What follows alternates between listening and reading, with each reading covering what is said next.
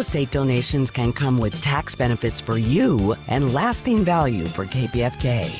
It's easy to start. Just visit kpfk.org/real estate or call 1-844-277-4663 and learn how your gift of property can make a meaningful difference.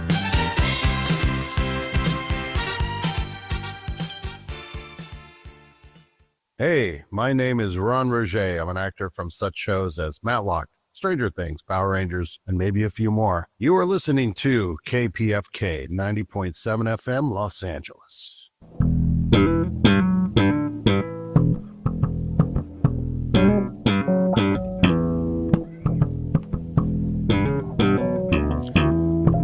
Welcome again to another episode of Cut to the Chase. Cut to the chase, because that's what we're going to do today. We're going to cut to the chase. We got I believe, a very interesting show today. We're going to hear an interview. The interview is with Dr. Frances Cress Welsing and Dr. Alvin Fassand. This is an old interview. It was done back in what we call back in the day. It's an interview by Tony Brown on the Tony Brown's Journal. This was one of the few black talk shows on TV. It was pioneering. It was the only black show that dealt with topics that no one else would or could touch. Tony Brown's Journal. Frances Cress Welsing and Dr. Alvin Fassand. The topic that they're talking about is black men, white women. The first part of this program will be part of that interview. Now, the second half will be joined by Makunga Akanyela, a therapist and author, to help break down what we are about to hear. And at that time, we'll open up the phones for your comments and questions, because this is going to be controversial to some of you, to others you will understand. Now, the efforts to keep America white has taken many forms, you know. White nationalism or so-called white supremacy or just plain racism preceded this nation's 1776 celebration that they're about to have of so-called independence. And methods and strategies have changed, but the goal has been the same: to keep white men in power for their own financial and personal gains by dominating and exploiting others. So even though the methods to maintain power and control have varied, the purpose has always been the same: dominance. Now, today, by the way, is Juneteenth. Happy Juneteenth, but I am sort of conflicted with that. Juneteenth is a celebration because some of the enslaved people in Texas did not know that the Civil War had been won and they were free. 2 weeks ago, we had a guest on talking about the Civil War was never ended. It just changed forms. You can go back in the archives and listen to that. So, you know, what is real freedom? So it's like when you have a basketball game. That was one battle. There's 7 games in the NBA playoff, but if you win one game, you haven't won the battle. It's still going on. A luta continue, as they said in South Africa. If you look at my T-shirt, we're on video right now. You can go to the KPFK website. And this is a T-shirt of, if you can hit that. This is a T-shirt. Oh, there we go. Back in the day, 1980. Victory is certain, the luta continua. Now, after that, some of these African nations got their so-called freedom. But are they really free? Are they really free? Because they don't have control of their way of life. They don't have control of their culture. They don't have control of economics, their existence. So that's how I view Juneteenth. It's a luta continua, the struggle continues. Now, I mentioned there's different forms of how we are controlled: psychological warfare, or just outright killing somebody.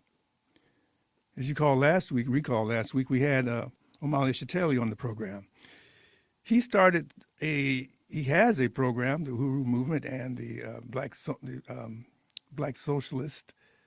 But of course, that word socialist is a threat to the United States, because that means they don't have control. They don't control you. But anyway, this interview we're about to hear is, just listen to it. But first, I want to throw a question out to you. Herschel Walker, Clarence Thomas, Tim Scott, Kamala Harris, Justice Ketanji Brown Jackson, Candace Owens, what do they all have in common? And well, then I want to speak about the interview. We'll open up the phones. We'll have our other guest, so we can go ahead and play the clip. This is an interview I said with Frances Cress Welsing and Tony Brown, by Tony Brown. You're listening to KPFK. To begin with you, Sister Welsing, why do you believe, basically, black men are becoming so significantly attracted to white women, or is it vice versa? I'd like to turn it around.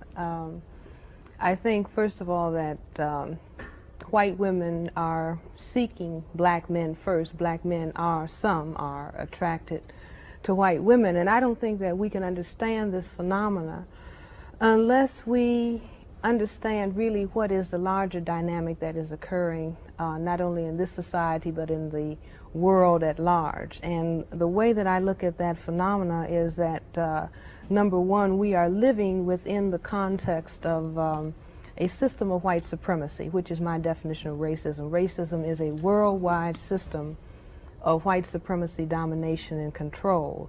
And all of the behavior that we see all over the world, whether it's the behavior of the black woman, the white woman, the black man, or the white man, is occurring within the dynamics of this system.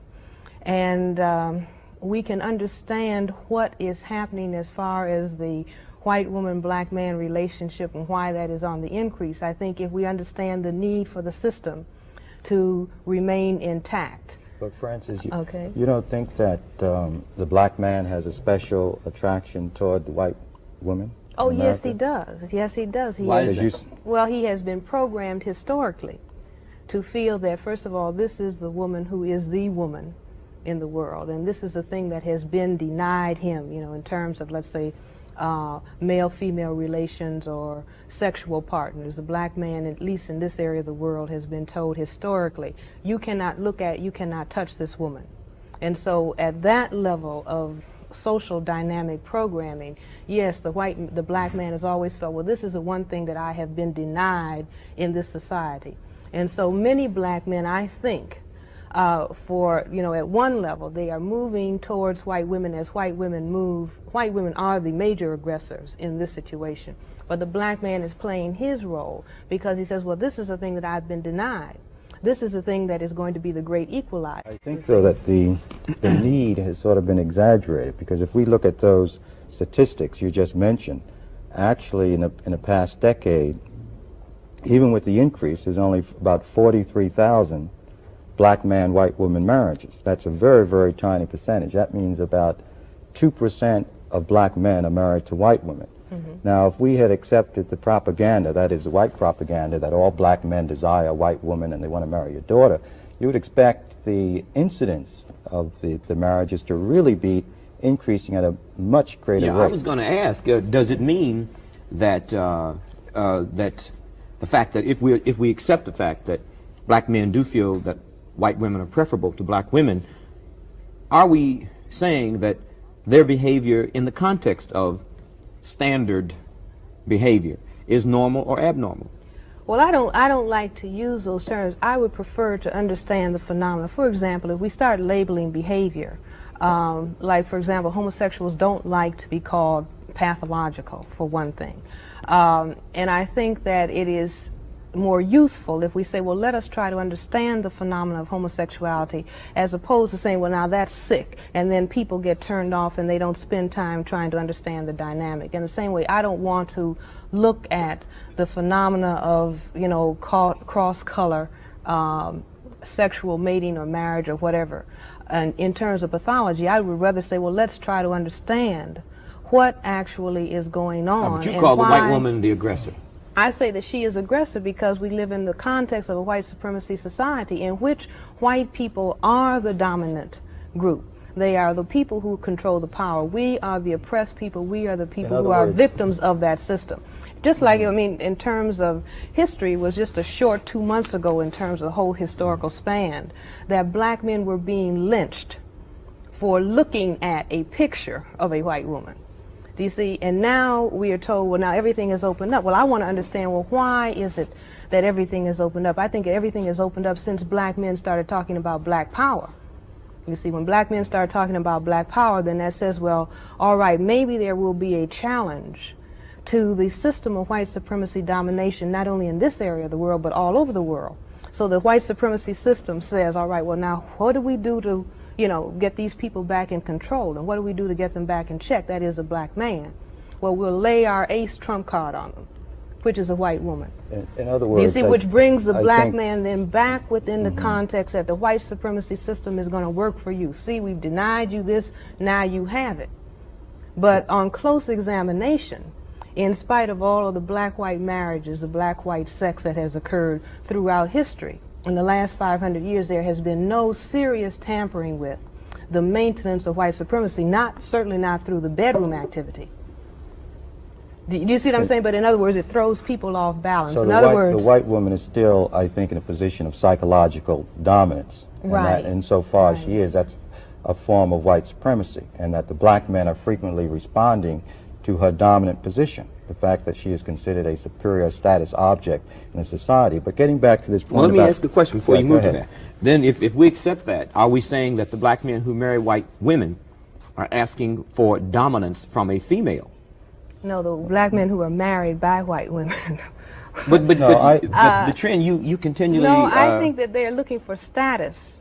the black men are looking The for black status. men are looking for status whether they are aware of it or not. In other words, as long as you have white supremacy domination any place in the world, whether it's Brazil, whether it's Hawaii, whether it's Japan, any place, you name it, that as long as the people of color are the people who are oppressed, then when a marriage occurs, in other words, the dominator says, I will pick you amongst the victims who I dominate to marry you, then the victim says, oh goody, this means I'm in.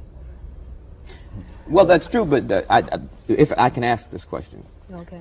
It seems, the way you are framing your analysis, that the almost total blame, if we can use that word, for interracial marriages is because of, one, white society vis-a-vis white supremacy, Seeking to maintain itself. and two, white women being the aggressors. You seem to be saying, and I'm asking a question, that black men are just blameless and they're sort of like the victims of something that they have no control over, or that they have no need to be married to a white woman for some perhaps pathological basis. No, let's say, for example, if you set up the conditions for the development of a sadomasochistic relationship, then the masochist as well as the sadist is a part of that relationship, and they are playing roles that they have been conditioned to play. In other words, a person who is a masochist seeks out the sadist because then they could play their sort of dual game, Mutual reciprocity. their mutual reciprocity together. Now, within the dynamic of the system of white supremacy, you have, for example, many of the white women who are with black and other non-white men are actually, I believe, having a dialogue with white men. How does that work? See, the dialogue goes like this according to my analysis. First of all, the white women, we have the women's liberation movement, which is a dynamic of white females. Okay, they are asking for liberation out from under the white male. All right, now within the dynamic of the white supremacy culture, you also have penis envy. In other words, the white men have been perceived as being dominant over the woman. And so the woman says, well, I wish I had a penis. Okay, so what does she do? She says, well, I'll go out and get one that's supposed to be more powerful than yours, but I'm going to control it because we are white and we control all of the non-whites. So she goes out and she selects, and all this is unconscious, you know, activity, if you will. She goes out and selects a non-white male, be he black or any other non-white. Then she is walking down the street, or they can go to the, you know, justice of the peace or the priest to be married. And anytime a white man sees that, she is communicating to him, see, I've got one because I am in control of this. But I don't think we can, you know, generalize to that extent. I think that that's a theory. But it's getting back to the question when we present arguments that way is whether the relationship between black men and white women are pathological. Now, Frances said she doesn't like to think of it in that framework, but the fact is that a lot of psychiatrists have presented or said that interracial relationships and marriage stem from a a type of negative psychological position or some type of pathology because of the racism in society. They'll say that the racism distorts people's minds so that frequently you'll get, say, a white woman attracted to a black man for the wrong reasons or for racist reasons. She may see him as inferior, that might turn her on, or she might see him as a black stud, that may turn her on. All of these are racist perspectives. Or the black man can get attracted to the white woman because she's supposed to be superior, and he wants to be part of that whiteness. In other words, she's sort of anointing him or helping him to feel a sense of self-worth by his involvement Well, I wouldn't with argue her. with any of that. But yeah. at the same time, I think that let's look we at it can't this way. say that this happens with everyone, and even if it does happen, that this is pathological. That Well, there's let's look lots at it of this things way. motivating Let's people. say, for example, white men and white women have many difficulties in terms of marriage, all right? I mean, there's a lot of alienation that is going on just within the white group itself, within the whole total context of the white supremacy system. Black men and black women have serious problems in terms of the marital relationship. Now, either we say that all of these people are sick because of, various problems, or we can say, well, now let us look at the total behavioral phenomena that is occurring within a social system. Let's not bother to label it, but let's begin to understand what is happening. Do you see what I'm saying? Because there are many, many problems. I wouldn't want to say that I don't think it's useful. At one level, we can say, all right, these are pathological relationships, the problems that black men and black women have. Or we can say that the problems that white men and white women have are pathological. But Or you I don't can say think the that, society is see, because pathological. once you say pathological, then, Which means sick. which means sick, then people who can be helped by understanding the dynamic, they're turned off because they don't want to be labeled as sick, but they may want to understand the phenomenon. Well, for purposes of analysis, let us assume. Like, let's say everybody who comes to a psychiatrist doesn't want to be labeled as sick. They say, I have a problem. I don't understand how I am relating to this other individual and the product that we have that I don't want. Let me help me understand it so I can straighten it out. And this is where I'm coming from. I don't want to create a big At the thing same about time, though, I think we can recognize certain things that, I don't know if we want to call them sick, but that are distorted. For instance, I've seen black men married to white women, and essentially they hate other black people, that they have sort of joined the oppressor and are actively anti-black. And An expression of self-hatred. Right. That's Now, right. It's an yeah. expression of self-hate for them to marry a white woman. But now On the look, other I hand, have I been- see some yeah. black men who are married to white women who remain militantly black. Well, couldn't or that be stay a defense involved with the mechanism? black But there's a community. contradiction. But still. being militant, let's Yeah. deal with this. Some of our most revolutionary blacks have white women. Now, many blacks suspect, and it's an open secret, that their militance is simply a defense mechanism so that they can deal with their need for a white woman. But look at it this way. that might- Many of those Yeah, go so-called ahead. militants who are married to white women, I think it's because of the way that they have defined the problem for themselves. Many black people who a white person will say, well, that person is militant because the person happens to be saying black power. They are not really talking about the overthrow of white supremacy. They're talking about workers of the world unite, maybe. Do you see what I'm saying? But because they are black, they're saying, well, okay, I'm saying in terms of a You're whole saying they're talking humanistic integration, in struggle. other Well, they words. They wanna are share in talking, the right. power. Do you see what I'm They saying? wanna So share they in the don't, power. they They're don't talking perceive, integration. I think but they don't perceive a contradiction because the whole struggle of black people until recently has been defined as trying to get in to, we want to become a part of the society as though it is possible for people of color to become a part of the society. Now, some black behavioral scientists are saying, on the basis of having made an analysis that the system is one of white supremacy, in which none of the non-white people in the entire world, who happen to make up 9/10 of the total world population, none of the non-white people can actually integrate into the system of white supremacy because it is just that, maintaining white supremacy. Okay, so now within that context, then some black people are rethinking the position in terms of, now, if I am talking about the overthrow of white supremacy as a system worldwide, then what does it mean for me to not only marry, but for me to have sexual relationships with a person who, whether they are willing or not, are participating in the maintenance of white supremacy? And some of us are taking the position that if a white person really says that they like a black person or a non-white person, then they will abstain from sex and they will abstain from marriage because they perceive also their position within the white supremacy context is as long as we have a system of white supremacy, then white people, when they relate to non-white people, are relating at a level of unequals. But you're and saying, until it's equalized, then something else is happening. Do you see what I'm saying? In other words, the non-white person who is in bed with a white person, thinking that they are bringing about a humanistic union, are really bringing about their further subjugation, because they are thinking in the act of sex that now we are one and now we are equal. And so when you find that those people who are in bed with white people, when they get out, like you said, they are negative, and you can make a diagnosis. If you see a black person being very, very negative when they are, you know, with other black people. Are you saying this is in all cases? I mean, you're sort of making a political. Okay, but you're sort of making a political statement. But you have to agree. I'm saying that the act of sex is a political act. Yeah. Do you see? Just like when every it's other between act. people of blacks and whites. Every act is a political act, because when people relate, they are always relating on the basis of power. Do you see what I'm saying? Whether they are aware of that or not, you can never get away from that. And so even when people of different colors are relating, the question of power is brought into play. For example, the French, in terms of maintaining colonial domination in Africa, Arnold Toynbee has written about this, that they made it a policy, if the black man, you send him to the, the African who's in a colony, you give him a high school education and send him on to the university in Paris. He comes back and he says, all right, now I'm a Frenchman and I want to be free. I'm educated.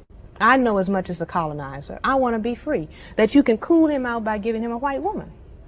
Do you see what I'm saying? And we see certain phenomena going on in the society today where black men who are married to white women are being given positions that black men who are not married to white women are not being given. Why? Because the white system perceives that that is a safe individual. Why? Because it is not only compromised in bed, but he is psychologically compromised. I mean, anytime you get in bed with somebody, sex is a very profound human act. And it has extreme psychological implications that spread into your, what do you do in the area of economics? What do you do in the area of entertainment? Why do we assume, though, that if a black man goes to bed with a white woman, he has to be assuming that she's superior, or he has to feel that? He doesn't have to. She is superior. Yeah, but suppose in his relationship with her, does he have to feel that he's coming from the inferior position? What about... She can take him anytime that she wants. What about just the biology of it? If she gets angry with him... What about the biology of it? That is, that he's involved in a sexual union that doesn't have political dimensions or meaning. It does have political even dimensions. to him psychologically. Well, maybe if I'm saying what Dr. Welsing is saying, maybe she's saying that that's not conscious, but the dynamic cannot be eliminated on a logical basis. I mean, on a conscious basis, you can't say that unconsciously my behavior is not determined by something that I'm not aware of. Like a lot of people say, well, this is love. You're assuming that all black men then got this feeling of inferiority in them. All non-white people feel inferior. See what I'm saying? All non-white people who are within the system and the dynamic and the power of the system of white supremacy, until they consciously work and struggle with themselves, and even then, are going to feel inferior, because functionally we are inferior. Let's say you're a professor at Harvard, I'm a professor at Howard, physician, psychiatrist. I take the position that we are functional inferiors. In spite of that, even compared to the white person who has a grade school graduate degree. Why? Because within the political power system, they have more power to control what happens to their lives than you and I have to control in what happens to ours. What about the fact that a lot of black men say that they are going with white women and so on because they're trying to get back at the system, or they're trying to get revenge, or this is really a hostile act, and it doesn't, in fact, that they see it as a confrontation with the white system, and not as something that they're succumbing to as an inferior person, that they're asserting, in a sense, their manhood, or saying they just have as much right to have a choice about the women that they want that white men used to have and still have. The white men can have white women, and they can have black women, they can have anybody they want. But black men were confined to black women, and they couldn't even have her when they wanted her. Let's say this. Some black men say they're superfly. Some say they're shaft. Some say that they're super nigger and that they have power that they don't have. That's a fantasy. You see what I'm saying? We can say a lot of things. I can say, for example, I'm a psychiatrist and I'm free. Does that make it a case? No, it doesn't. The proof of what is it that I can do for myself? Can I protect my children? Can I protect anything that I call mine? The ultimate answer to that is no. So that we can say a lot of things. Black men can think that they're doing a lot of things. It was not black men who said that white women could come now into the black community and start picking up whatever black man they want. The black man didn't have anything to do with that. And if the white supremacy system tomorrow morning wants to turn it around and say all white women come home because it's essential to maintain white supremacy, all white women will go home. But don't you think, Francis, that psychologically, if white women have been forbidden to black men by oppression, if the black man has access to the white woman, that will make him feel more psychologically free? It will fool them more. Let's say, for example, if you tell me, Francis, he said psychologically free. Well, that's not, well, wait a minute. He didn't say functionally free. No, it's a fantasy, and then it's a psychosis. Is Do you right? see that? What Right. do you In mean other by words, if you psychosis? are operating, just like they tell us in psychiatry, That means a loss of contact if you with reality. are functioning, if you are functioning on something that is not reality, then you've had it.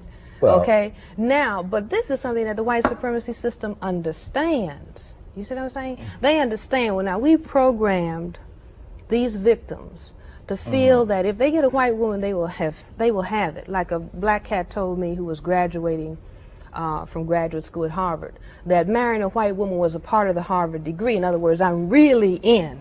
Do you see what I'm saying? Part of All right. ascending upward in. All right. In the Now, system. In the his mind. system has In his programmed mind, us to or- think that. Just like it programs a black woman to say, all right, if you have a white man, that really means that you are in. Nonsense. Do you see what I'm saying? Because white supremacy is going on.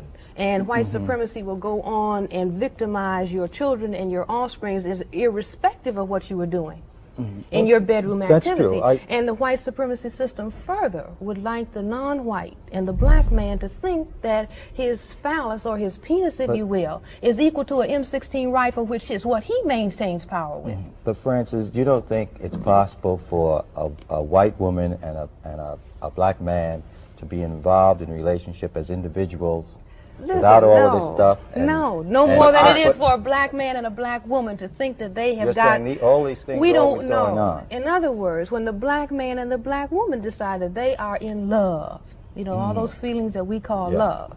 What we call love is just that historic programming, you know, what parent we were tied to and whatever dynamic was going on, and then we go and pick somebody who turns on those same feelings. And we call those feelings love.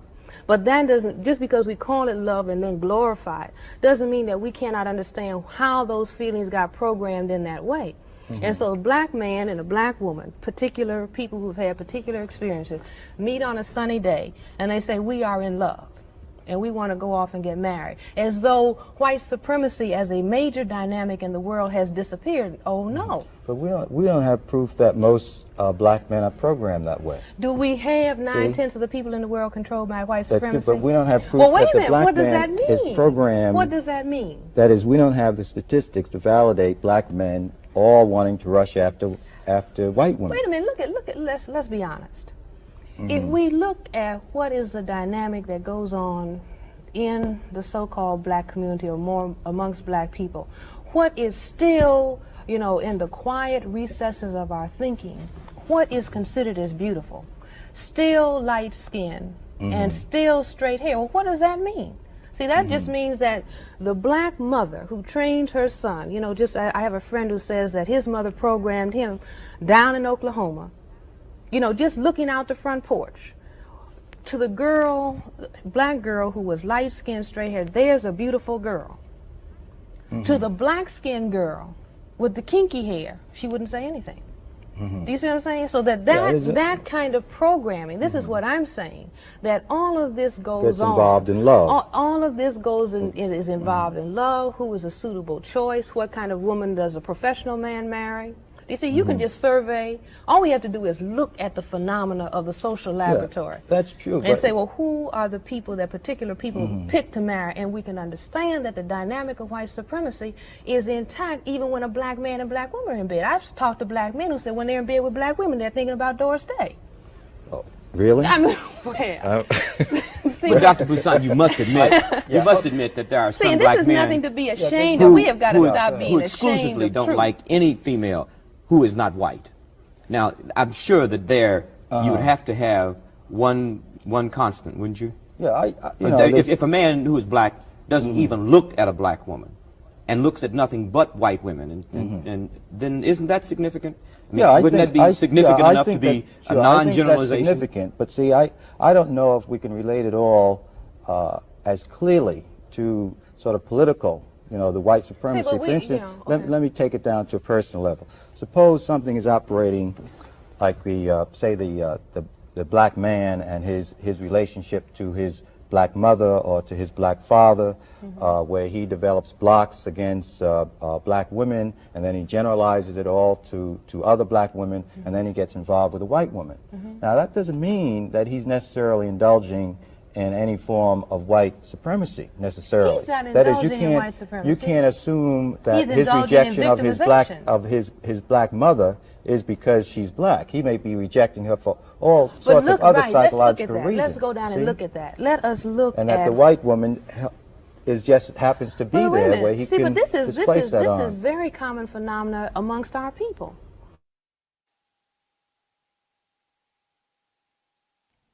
Okay. That was an interview with Dr. Francis Chris Welsing and another brother. Let me get my notes. I've been all over the place here, editing as we speak. Are we on Zoom? Do we have a good? Okay, there he is. Yes. So bring him in. We have a guest with us also. Could you run that music for a second? We will not comply. This is by Mau Mau Rising. Mau Mau Rising is the name of a group. Actually, I'm part of that group. If you know the Mau Mau, they were Kenyans who rose up against the British because they were being oppressed. And of course, the British, and they beat the British down, okay? So pretty bad. And so that is Mau Mau Rising. Once we get it. Let's do this. Let's go to clip one. How about Malcolm X? The first clip. So I played that because right now we're in a crazy situation, but it's not different than what's been going on. Racism is around the world and is being used to control folks. And what I found out is that the dynamic of integration or mixing the races, like Malcolm said, Malcolm has a little analogy. He says, if you get a cup of coffee, it's black and strong, but once you start putting cream in it, it weakens the coffee. So they mentioned that in their interview about how to, take the radical out of the man. Now, at the beginning of the show, I said, what do Herschel Walker, Clarence Thomas, Tim Scott, Kamala Harris, Justice Ketanji Brown Jackson, and Candace Owens? Maybe I'll let one of the callers answer that. So that's another dynamic of this thing. So what, I'm just rambling on, excuse me. Another dynamic is well, let me just say this. A great movie, not a movie, it's a short series on Netflix. It's called Colin in Black and White. It's about Colin Kaepernick, the football player. It's an excellent short documentary that he produced. And it shows his story, and this is really, really interesting. So if you have Netflix, I don't subscribe anymore. But be sure to watch Colin in Black and White. And I've also heard black mothers say that some black mothers told me, black daughters said their mothers told them to marry white because, you need a white man. So that's what they're talking about. This is not just anti-this or anti-that. It's the dynamics of white so-called supremacy channeling the world to make you think that you are better or inferior to somebody. So that's what we're looking at. This is Mau Mau Rising in the background. You can bring it down just a little bit. Let's bring in Dr. Makunga Akinyelo. He is can you go on camera, Makunga? Yeah, there he is. What's going on, brother? Hey, brother, how you doing? Blessings. Did you hear that first part of the interview? I did. Yeah. So, Makunga, tell them who you are, what you do. You're a therapist, correct? I am. I'm a family therapist. I'm in practice here in Atlanta, Georgia. I'm also a professor in the Department of Africana Studies and the director of graduate studies in Africana Studies at Georgia State University. I'm the author of two books and several journal articles and book chapters. My most recent book is called Testimony Therapy: Decolonizing Mental Health for Black Therapists and Clients. You can get that anywhere you get your favorite books. So it's declining the therapist, not the patient. Is that what you're Right? saying? It's Testimony Therapy: Decolonizing Mental Health for Black Therapists and Clients. In other words, And taking the clients. Okay. whiteness out of our mental health treatment. Right. So give me your thoughts quickly on what you just heard, Francis Cress Welsing. Um, it's I miss those kinds of shows like Tony Brown had, first of all, where you had important black intellectuals and activists actually dialoguing and cutting up. I think it really it was important to the critical thinking of our movement and our community. First of all, that's the first thing. Those old Tony Brown conversations are always amazing. Um, and I think that it's a question that we have to always look at. The question of, you know, there's this old saying that the personal is political. A lot of people would say who you happen to sleep with or whatever is irrelevant, but it's political. And I think that's the thing that Dr. Welsing was trying to promote and say, is that it's not just a personal choice. Um, she was a psychiatrist who came out of psychodynamic and practice. And so I wouldn't agree with everything she says in terms of the idea of the importance of the subconscious and the unconscious as much. But I think a lot of the things she says are things that we still need to consider. The question is, why do people make the choices they make?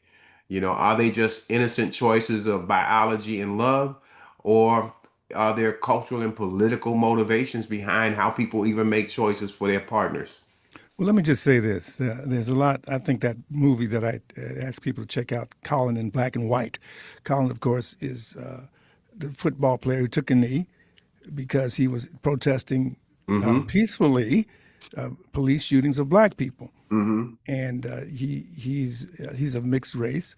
But growing up, it's so dynamic of how he grew up. He grew up with a white family. And to Mm-hmm. watch that just breaks it down. See, a lot of people don't understand what we went through, we being people of melanated hue, Mm-hmm. no matter how much melanin you have in you.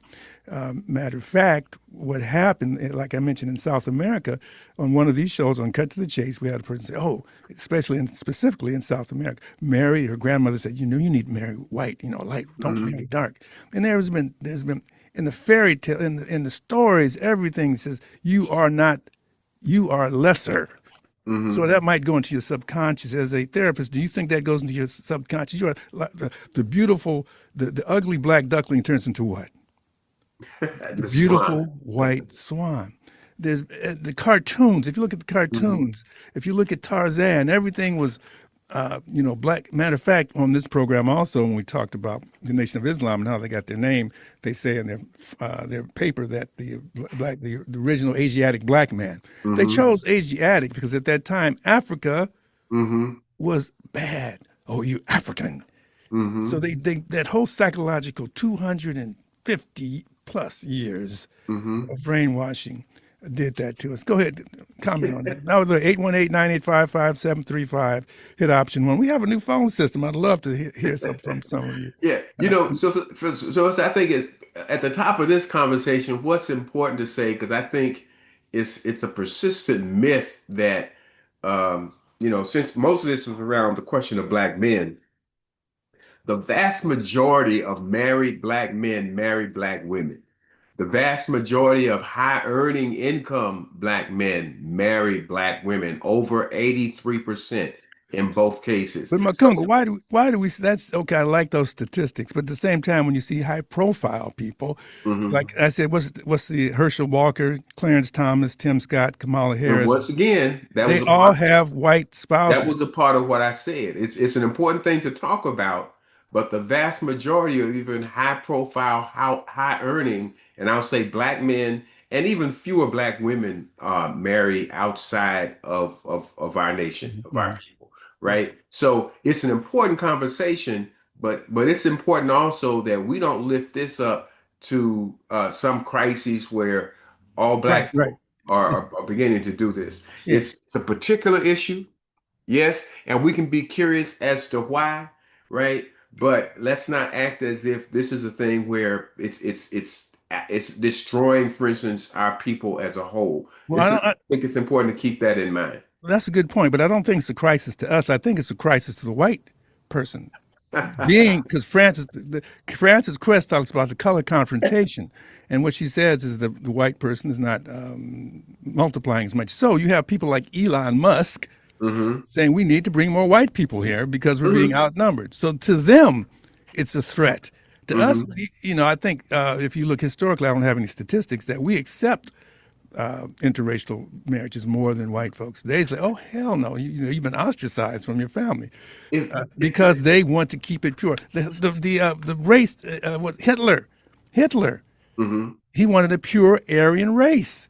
If So I understood Dr. Kress correctly, mhm. and Kress, Kress Welsing, if I understood her correctly, and I think I agree with her, even white supremacy and white nationalism takes different roles. There's no Yes, monolithic approach to it. thank So you. you might have people like an Elon Musk or the white purist who want to eliminate black people and blackness. And so they would be opposed to that. But if I understand her correctly, she would argue that there's another approach to white supremacy and white domination, which is seeking to gain power over by sexually dominating, in their discussion, black men, Yes, right? to By make them. by diluting the political direction and commitment of those black people to black people. Uh, Yes, and there's, so if I understand her correctly, then there's no even absolute path to white supremacy. Does that make sense what I'm saying? it makes big sense. Malcolm talks about that. Let's play a clip by Malcolm X. We have an audio clip of Malcolm X. We can play the first clip. He has an analogy, like I said, about the coffee, but this one he talks about integration and separation. Hmm. Hit it when you can. Malcolm X, the minister of the black Muslim community in New York and national representative of Elijah Muhammad, the spiritual leader of the black Muslim movement. Mr. Malcolm, may I ask you to tell us something about the black Muslim movement Okay, in America? let's go to the next What clip is it? because What that does it one stand I thought I edited that one out, but maybe I didn't. Hmm. Any effort we made to demonstrate toward integration, why, we would know the law should be on our side, if it's the law of the land. If it is the law of the land, then the demonstrators are within the law, and the discriminators are against the law. But to show you the hypocrisy of the law, when Negroes demonstrate for integration, instead of arresting the discriminators, the law arrests the demonstrators. So this is a foolish move on the part of Negroes. So he talked And about when you integration and foolish- segregation a lot. He's Hmm. basically saying that he's saying, and then he talks about separation. I think I was queuing up the last minute. The last one he said integration is different than separation. Integration is when you have control, and that's what we see now: control of our communities and the international dynamics of everything. That's what's going on. You see, this is Juneteenth, but you Hmm. still see a black baby, I think 1 year old, got shot. In Mississippi. Yes, got shot. And like I said, 2 weeks ago, we had the Civil War is not over, so it's still going on. 818-985-5735. We're talking to Makunga Akinyela. Akinyela, there you go. Hey, hey. I'm the other one. Yeah, we have a partner who's named Akinyele, so he always chastises me. Say, I'm not. They've both been on the show, both dynamic brothers. So today, what we see is black faces in high places. Hmm. You want to talk about that? So I named those people out.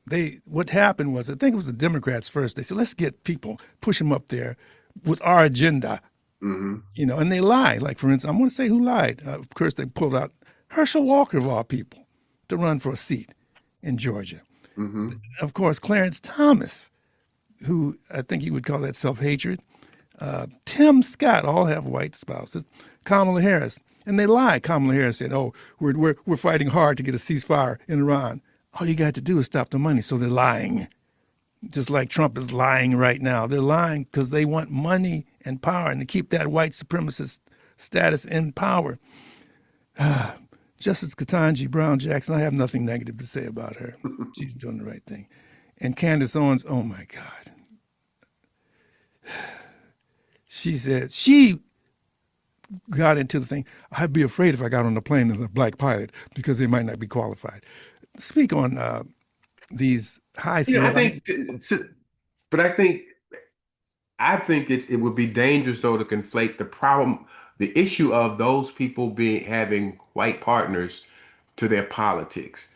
I think oftentimes them having white partners is a symptom of their problem, right? Um, you know, Candace Owens is a committed black white supremacist. I Right? like that. Committed black white supremacist. She's a That's committed true. white supremacist. Yes. So same thing with Herschel Walker. And it plays out in who we see them partnering with. Same with Clarence Thomas. On the other hand, and see, this is where this is a problematic conversation for us. As you said, I don't have anything bad to say about the Justice, Ketanji, right? She every time in all her political actions, she seems to care about the outcomes of the community. Same thing, even I would say even the same generally with Kamala Harris. Also, the other justice who's Right. Now the difference is I have a different politic with those people. Their philosophies are focused on integration. I believe in black power. I believe that black people should have self-determination, and our solutions are not integrating into a decaying democratic capitalist system.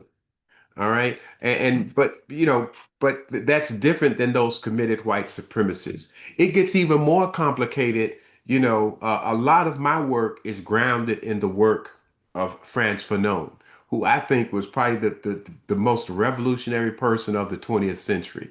Frantz Fanon was committed to being married to white women, it seems, right? Which is a mystery, right? That's it. You said France because France, in the book by Walter Rodney, How Europe Underdeveloped Africa, he speaks about how great the French were in making black people Frenchmen. Also, Toussaint Louverture. And they were the worst of white supremacists. Yes, but colonizers. I think what you said was very important. You said black white nationalists. I think there's also black white imperialists, which I would then put these other people under. They're not necessarily white supremacy. That's like Toussaint Louverture. He wanted to be. They're committed. A lot of those people that you mentioned from the Democratic Party are politically committed to the politics of the Democratic Party, which is neoliberalism. Right? They're committed to moving forward the capitalist agenda, the neoliberal agenda, which within it is integration. Okay, so that's a big part of it. For me, those questions are much more important than who they choose to sleep with.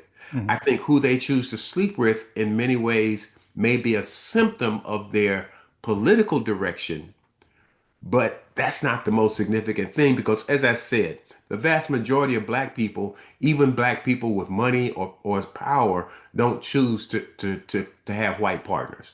Yeah, and I see that. I think what Francis is saying though is that everything plays a part. There used to be the brown bag test. When you go to a party, you put up a brown bag, and if you were darker than that brown bag, couldn't get in. Not allowed in the party. Let's just take a quick caller, real quick. Kamal is on line 1 on our new phone system, first time. Hey, Kamal, welcome. Question for brother Makungu, or comment? Yes, free the land. How you doing, brother? Free the land. Free the land. Free the land. Yes, sir. First, a shout out to the ancestors as usual, and unfortunately, Francis is among them, and of course, Tony Brown's Black Journal. He's gone too, but that was a fantastic show. My compliments to Life for this schooling you're doing here. You need a 2-hour show. Now, first back to Makunga, who was a comrade. I first met him, I believe, back at the Center for Black Survival. Oh, you go in way LA. back. Oh, this is another old person. Yes, sir. Yes, sir. And of course, I moved to Atlanta too to join the comrades that moved there to work. So again, I want to give you a shout out there. My question for you is, what's the best path for liberation, for self-determination for Black folks? And thanks for that shout out to Fanon. He's the man. He's the man. Free the land. Free the land. Oh, he's asking a personal question. My personal politics, and I know that's not why Sylvester invited me on here, would be, as I said, I believe that the primary problem for Black people and other oppressed people right now is the remnants of settler colonialism. And until we correct that problem, the fact that our nations were invaded 500 years ago beginning and colonized by European developing capitalists at that time and supreme capitalists at this time, that until we resolve that contradiction, until we as Africans, whether we are in Africa or here in the West, have self-determination, the ability to determine our own political direction, and the right to even discuss that amongst ourselves without interference, that we won't have any freedom, that will always be on someone else's agenda, whether it's neoliberal capitalism and integration, which is the program of the Democratic Party, or genocide and absolute white supremacy, which is the program of the Republican Party. Both of those solutions leave us out and leave our ability to determine our own directions out. So I would argue that the political demand for us at this point is self-determination. And then if I were to take it personally, I would say the dissolution of capitalism and the development of a democratic economy, socialism for our people. But again, that's up to the people to decide. That's not up to me. But since you asked my personal thoughts, I thought I'd put it out there. I like those comments. Thanks. We're going to go. Hold on, one Harold. Harold's, is that his name? Hold on one second, Harold from Santa Barbara. Because what you said was very important. The control of what you do. And after the Civil War, and even today, they make sure all these wars are fought because somebody wants to control their own destiny. Mm-hmm. Trump had the nerve to say, I think I mentioned it earlier on the program, that they need to behave, they being Iran. Mm-hmm. Cuba, if you listen to the show earlier today, they talked about Cuba. Why is Cuba, why are you attacking them? Because you can't control them. Once you become independent, you're a threat, which is ridiculous. So you kill babies and you talk about how bad you are. You talk about Cuba without talking about the blockade you had for over 70 years. You talk about how bad Iran is without talking about how you have sanctions on them killing and how the Mossad went in there among the demonstrators and start shooting at the police. You don't talk about that. People on all these programs say, oh, in Ukraine, a white nationalist state, a puppet state of America, that you don't talk about how the United States set them up to be attacked so then they could justify a war on. I'm sorry, did I get off track? Go ahead. I just wanted to bring these points in. Let's have Harold. Harold from Santa Barbara asked a question to Makunga. Yes, I have two questions. The first question is, Dr. Julio Espinoza of UCR made the statement that a white person will never understand racism. And then my next question is, I was also told many times that if you married a white woman, you're bettering the race.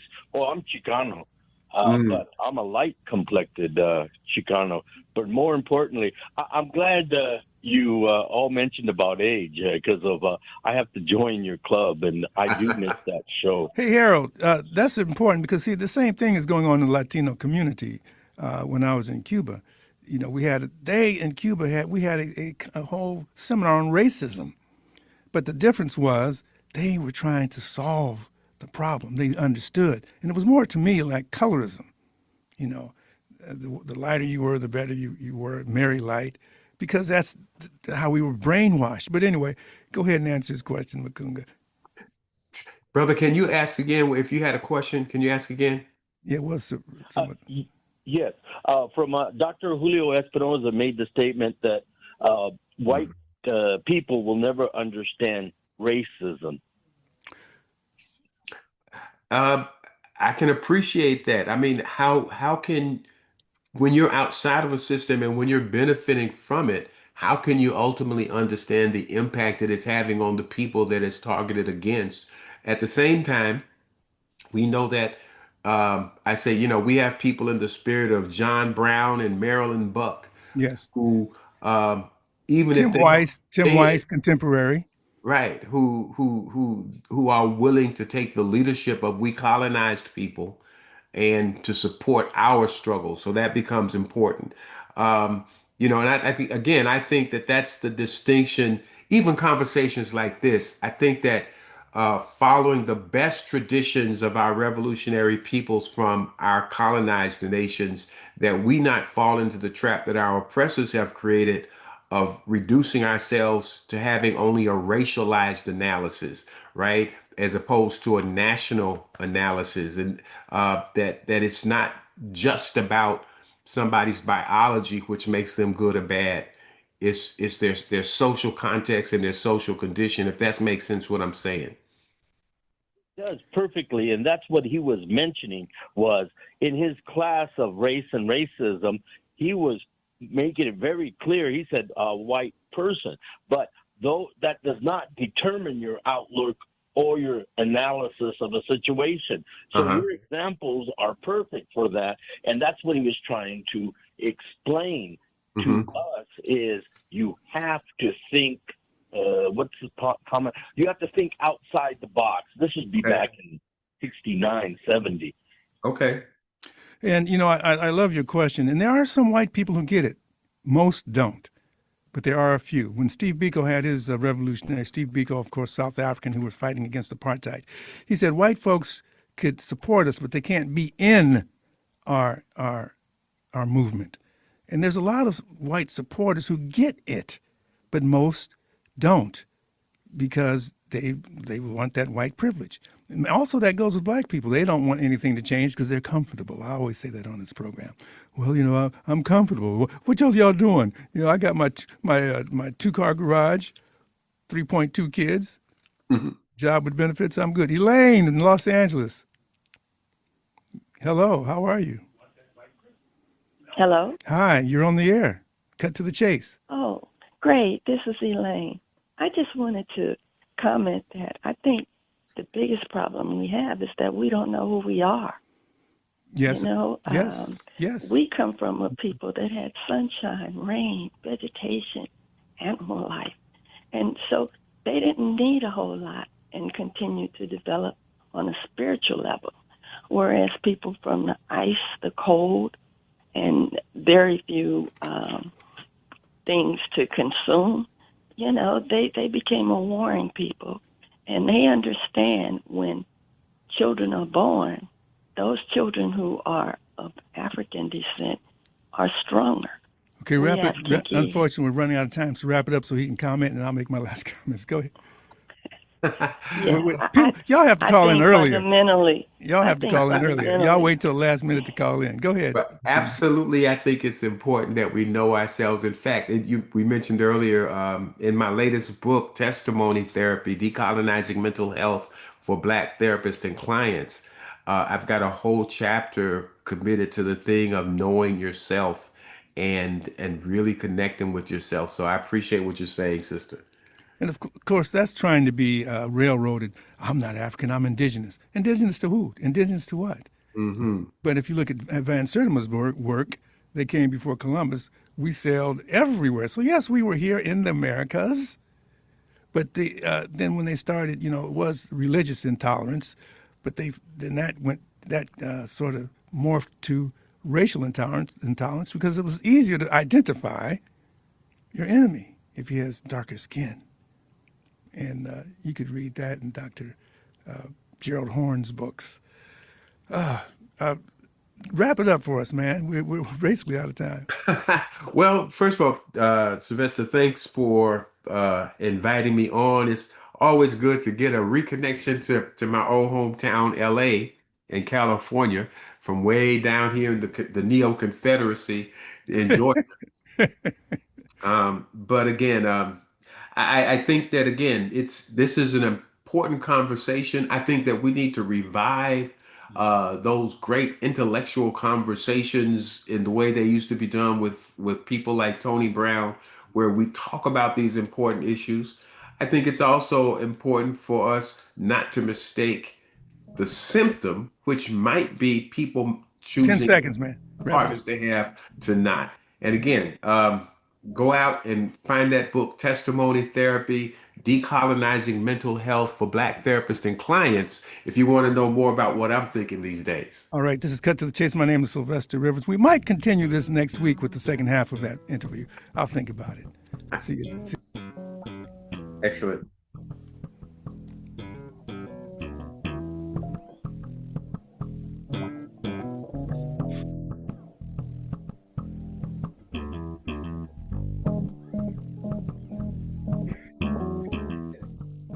KPFK 90.7 FM, Los Angeles.